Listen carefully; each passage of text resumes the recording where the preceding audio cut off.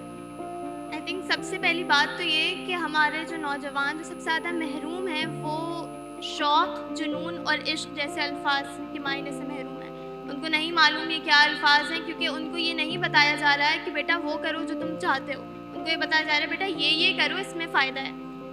اگر ہم اپنے جوانوں کو وہ کرنے دیں جو وہ چاہ رہے ہیں، جو وہ فیلڈ، جیسے اب میں بہت شکر گزار ہوں اپنے والدین کی کہ انہوں نے مجھے فیلڈ پڑھنے دی، ورنہ لیکن میں جانتی ہوں مجھے بہت سارے نوجوان ملتے ہیں اور کہتے ہیں وہ انجینئرنگ سے تعلق رکھتے ہیں کہ ہمیں بھی یہ پڑھنا تھا لیکن ہم اپنا کریئر رسک پہ نہیں ڈال سکتے تھے، یا اس قسم کی باتیں. تو میرا یہ خیال ہے، اور میں آپ کا پہلے والے سوال کا جو آپ نے ان سے پوچھا ملائکہ سے، کہ اگر ہم لوگوں کو عشق پڑھانا شروع کر دیں. اب دیکھا جائے تو بہت ان پاپولر اوپینین ہے یہ، کیونکہ ہمیں لگتا ہے کہ عشق کے نام پر محبوب کی 2-4 تعریفوں پہ شعر کہہ دینا عشق ہے.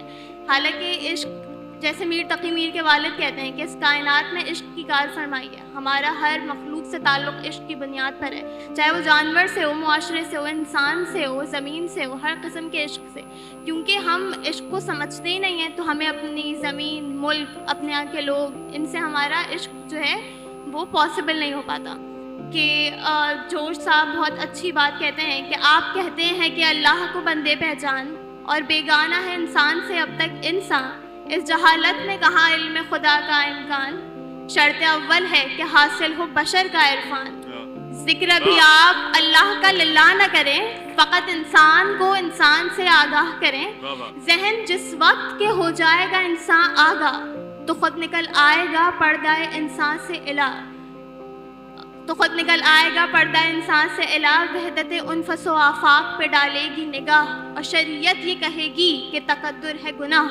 بچوں کے لیے سمجھاتے چلوں، یعنی قدورت، نفرت ہے گناہ. تو شریعت یہ کہے گی کہ تقدر ہے گناہ، اور شریعت یہ کہے گی کہ تقدر ہے گناہ. شور ہوگا کہ رہے کوئی نہ وفا کا دشمن، فقط انسان کا دشمن ہے خدا کا دشمن. واہ واہ واہ واہ واہ. اس پہ بات ہونی چاہیے کہ ہم اگر عشق سمجھائیں، عشق پڑھائیں. ہمیں فیض کی شاعری میں کتنا خوبصورت امتزاج ملتا ہے کہ کیسے انہوں نے معاشرتی مسائل بیان کیے ہیں اور محبوب کا حسن بھی بیان کیا ہے. انہوں نے کیسے ایک درجے پہ معاشرے اور محبوب کو رکھ دیا ہے.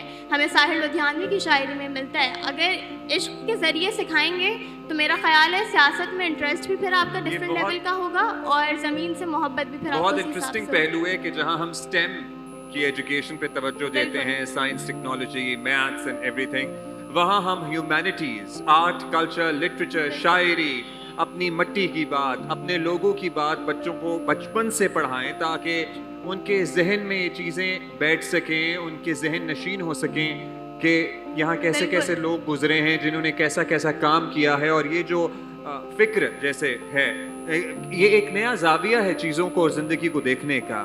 اس سے بھی آج کی نوجوان نسل کو روشناس کرانے کی ضرورت ہے، لیکن کرے کون؟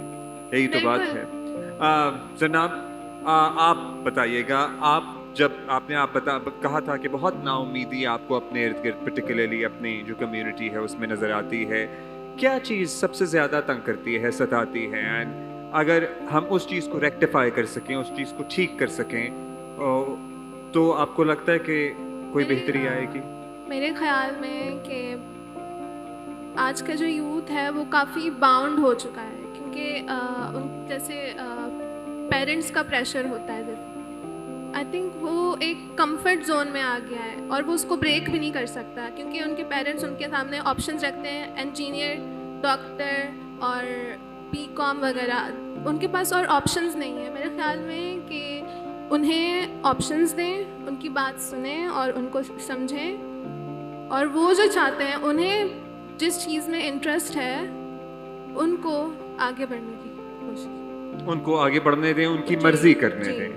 اب مرضی کرنے دینا تو معاشرتی ایشو ہے، اس میں ملک کا تو کوئی قصور نہیں ہے. مطلب اگر والدین آپ کو نہیں پرٹیکولر کوئی فیلڈ جو آپ کی خواہش ہے فالو کرنے دے رہے، پرسو کرنے دے رہے، تو you know that is an individual level پہ آپ اس کو ایڈریس کریں گے. لیکن آپ کو لگتا ہے کہ معاشرہ بھی اس میں کوئی کردار ادا کر سکتا ہے؟ یہ مطلب ایک اسٹیریوٹائپ بن گیا، اور اسٹیریوٹائپ معاشرہ ہی بناتا ہے کہ جیسے رشتے دار ہوتے ہیں. اگر میں ان کو کہوں گی کہ میں فائن آرٹس کی اسٹوڈنٹ ہوں تو وہ بہت اپریشیٹ کریں گے آپ کو، وہ اپریشیٹ بھی کریں گے، اور نیگیٹو سائڈ بھی ہوگا کہ آرٹسٹ ہے تو بھوکا ہی مرے گا. اچھا فائن آرٹس، آئی تھاٹ آپ کہیں گے اگر آپ کہیں گی فائنانس کی اسٹوڈنٹ ہے تو بہت اپریشیٹ کریں گے آپ، کیونکہ اس میں پیسہ ہے. تو آئی تھنک وہ ایک